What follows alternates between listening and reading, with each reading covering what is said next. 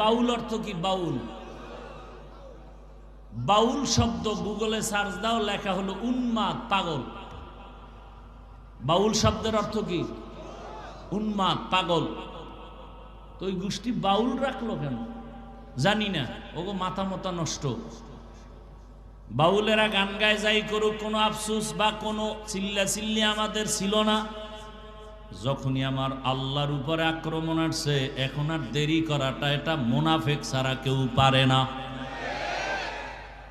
যুবক বাবারা, একটা ওয়াদা করাইতে চাই, করবানি? করবা? আমি এতক্ষণ বয়ান করছি, যতক্ষণ করব, কোন বয়ানে আমি কোন দলের ব্যানারে বয়ান করি না। আমার সব বয়ানের মূল থিম, আমার জীবনের মূল ইসলাম, আমার আল্লাহ, আমার রসুল, আমার কোরআন, আমার হাদিস। এটা ঠিক, সব ঠিক। কথা বুঝাইতে পারছি? আমি যা কিছু বুঝাইতে চাই মূলে কি? ইসলাম। আচ্ছা, বাবার সাথে সন্তানের তর্ক হয় না? তার মানে কি বাবারে কেউ অপমান করবে, ছেলে চুপ থাকবে? এই বাণী?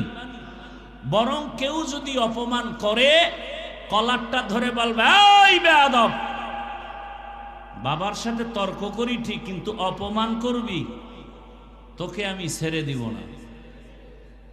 ঠিক না?